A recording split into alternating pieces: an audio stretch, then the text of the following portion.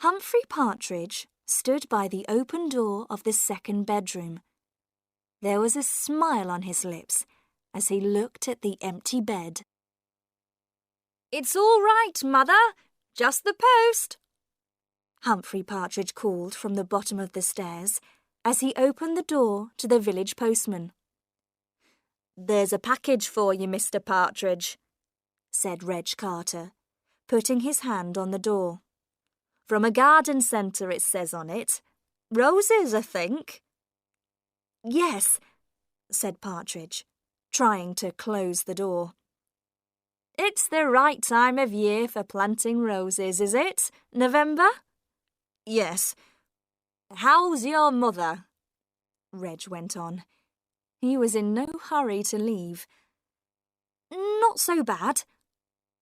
"She never seems to get any letters, does she?" "No. Well, when you reach that age, most of your friends are dead." "Oh, how old is she now?" "She was 86 last July." "That's a good age. She doesn't go out much, does she?" "No, not at all. Now, if you'll excuse me, I have to leave to catch my train to work." Partridge closed the door and called up the stairs. "Goodbye, Mother. I'm off to work." On his way to the station, he stopped at the village shop to get his newspaper. "Good morning," said Mr. Denton, the shopkeeper. "How's the old lady?" "Oh, not too bad, thank you. For her age, that is." "Oh, Mr. Partridge," said Mrs. Denton. "There's going to be a meeting in the village hall on Sunday about—" "I'm sorry, Mrs. Denton. I don't like to leave my mother at weekends. I'm at work all week, you see." He hurried away. "He lives for his old mother," said Mr. Denton. "Well," said his wife, "she probably won't live much longer. She's been in bed ever since they moved here. And how long ago was that? 3 years?" "3 or 4. "I don't know what he'll do when she dies." "Someone told me that he was talking about going to live in Canada." "Well, I expect she'll leave him some money." When Mrs. Denton expected something, everyone in the village soon heard about it. In his office that afternoon, Partridge was getting ready to go home when the telephone rang. Mr. Brownlow wanted to see him. He hurried to his employer's office. "Humphrey, come in and sit down." Partridge sat on the edge of a chair.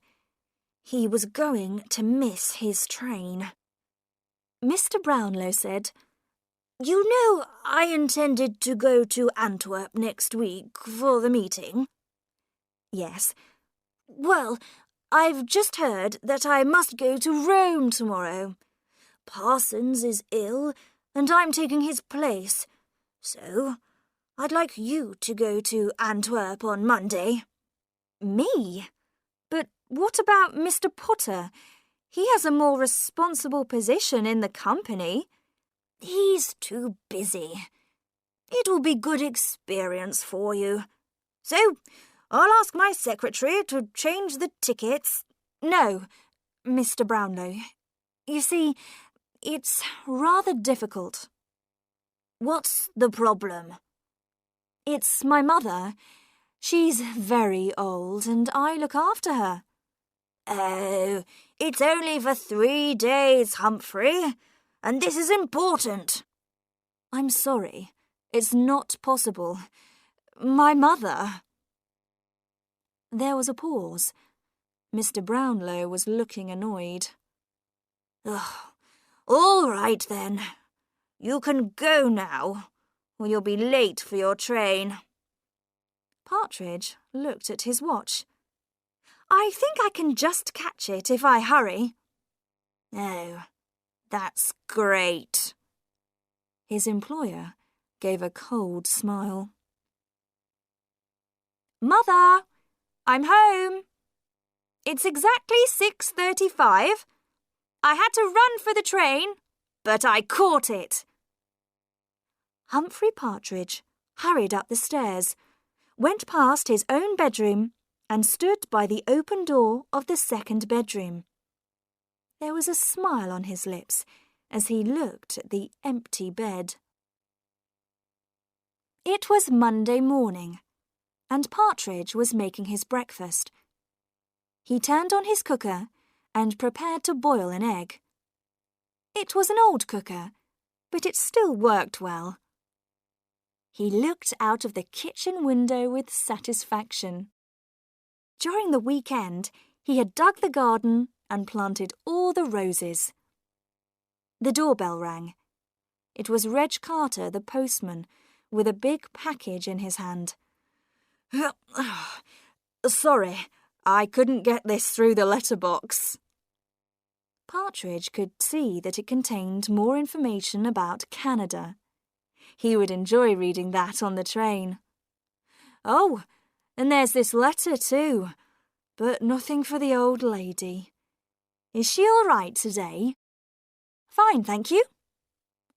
Partridge managed to shut the door behind the postman. He opened the letter. When he saw what was in it, he sat down at the bottom of the stairs, feeling weak with shock. He had won a large sum of money in a competition. You wanted to see me, Partridge? Yes, Mr. Brownlow. Well, be quick then. I've just flown back from Rome. I've come to tell you I'm leaving. You mean you want to leave the company? This is sudden. Yes, I'm going abroad, to Canada, with my mother. Well, you can go in a month. I need a month's notice. Is it possible for me to go sooner? Mr. Brownlow suddenly lost his temper. Yes, go today. Partridge got home before lunch, feeling pleased. He had telephoned a man who had agreed to sell the house for him, and he had completed the forms necessary for living in Canada. He opened his front door and called out, "Hello, Mother, I'm home." He stopped suddenly as he saw Reg Carter coming out of his kitchen. Good God! What are you doing here? I was passing the house and I saw the smoke. How did you get in? I had to break a window. I've called the police. I explained it all to Sergeant Wallace. Partridge's face was white. Explained what? About the fire. There was a fire in your kitchen. You left the cooker on, and the curtains were on fire. I was thinking of your mother upstairs, not able to move, so I put the fire out. Oh, thank you. That was very good of you.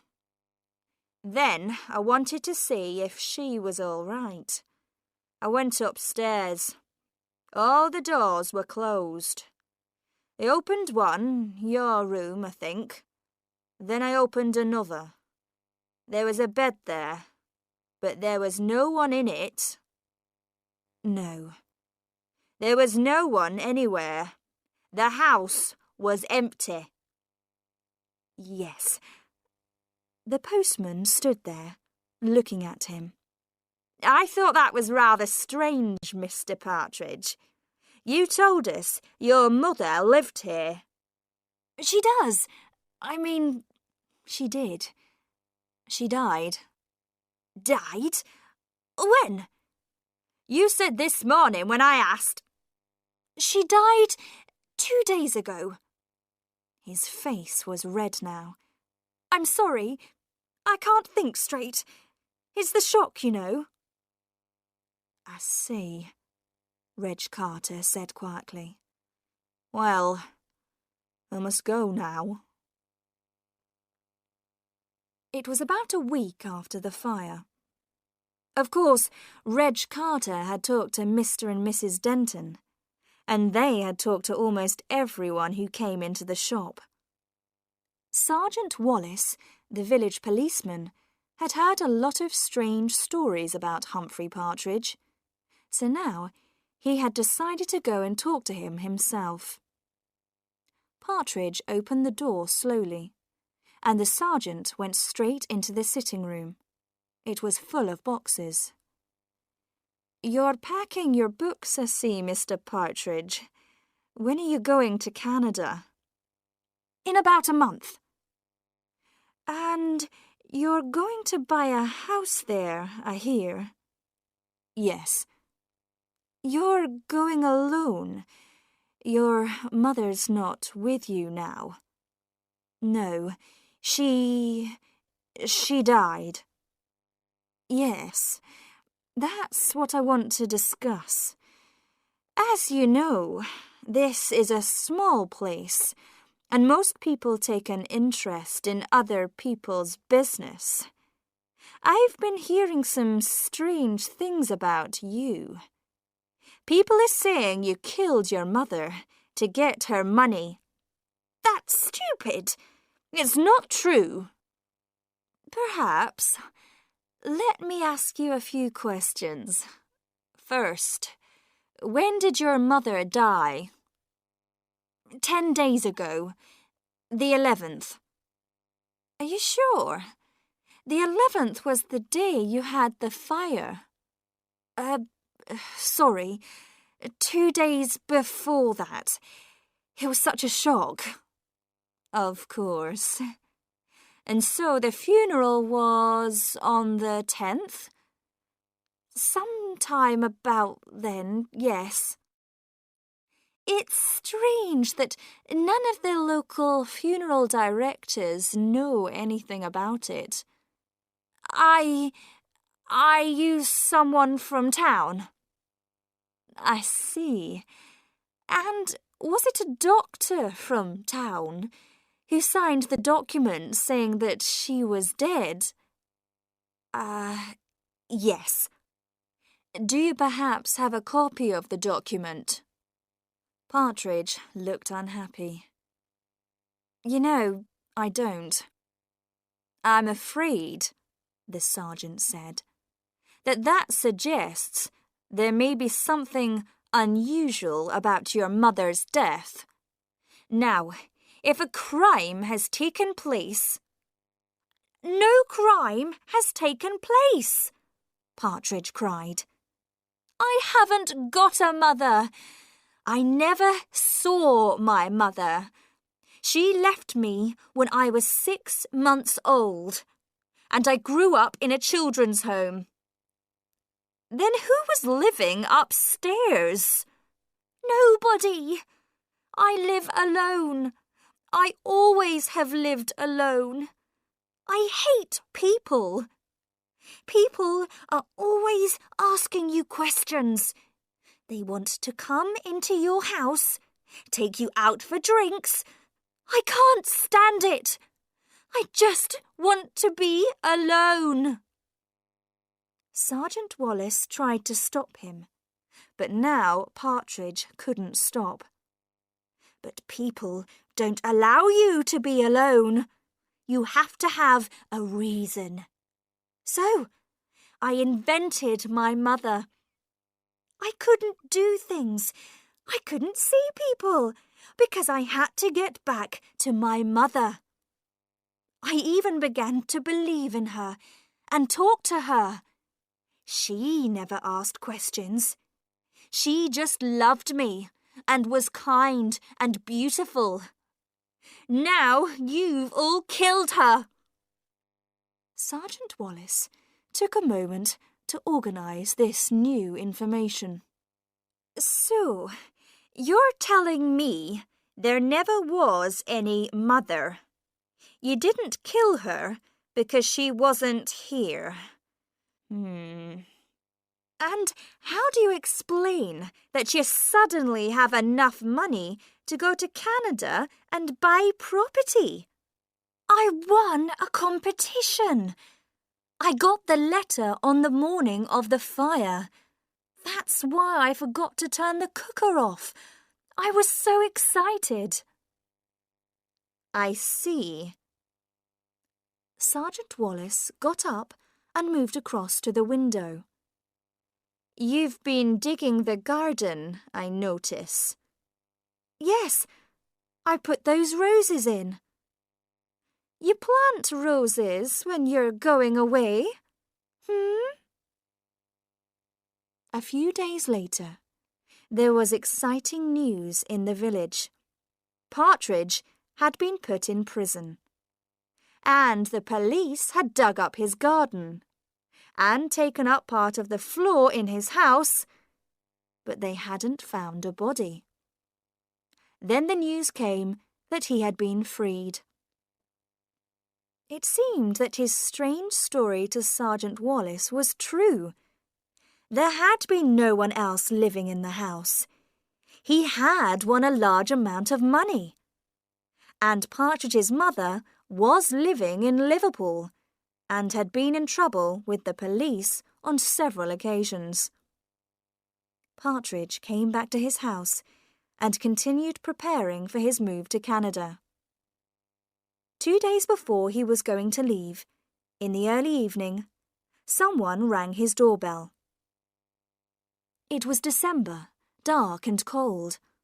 All the villagers were inside their houses. He did not recognize the woman standing on the doorstep. She was dressed in the clothes of a young woman, but her face was old. "Hello, Humphrey," she said. "Who are you?" He held the door, ready to close it. The woman laughed. "No, I don't expect you to recognize me. You were very young when we last met." "You're not?" "Yes, I am. Don't you want to give your mother a kiss?" She pushed her painted face towards him, and Partridge stepped back into the hall. The woman followed him in. She looked at the packing cases. "Of course, you're going away. Canada, is it? I read about it in the paper. I read about the money too." "What do you want?" said Partridge. "I've just come to see my little boy. I was thinking, perhaps you should help your poor old mother now. You never did anything for me. You left me. That was a long time ago. Now I want you to look after me in my old age. Why don't you take your old mother to Canada with you?" "But you aren't my mother," he spoke quietly. "Oh, yes, I am, Humphrey. My mother is beautiful and kind. She is nothing like you. You are not my mother." His hands were on her shoulders, shaking her. "I'm your mother, Humphrey." She was laughing at him. His hands moved to her neck to stop her words. They became tighter and tighter as he shook her. He opened his hands, and the woman's body fell to the floor. Her mouth opened, and her false teeth dropped out. Next morning, Humphrey Partridge went to the police station to see Sergeant Wallace. "Good morning, Mr. Partridge. What can I do for you?"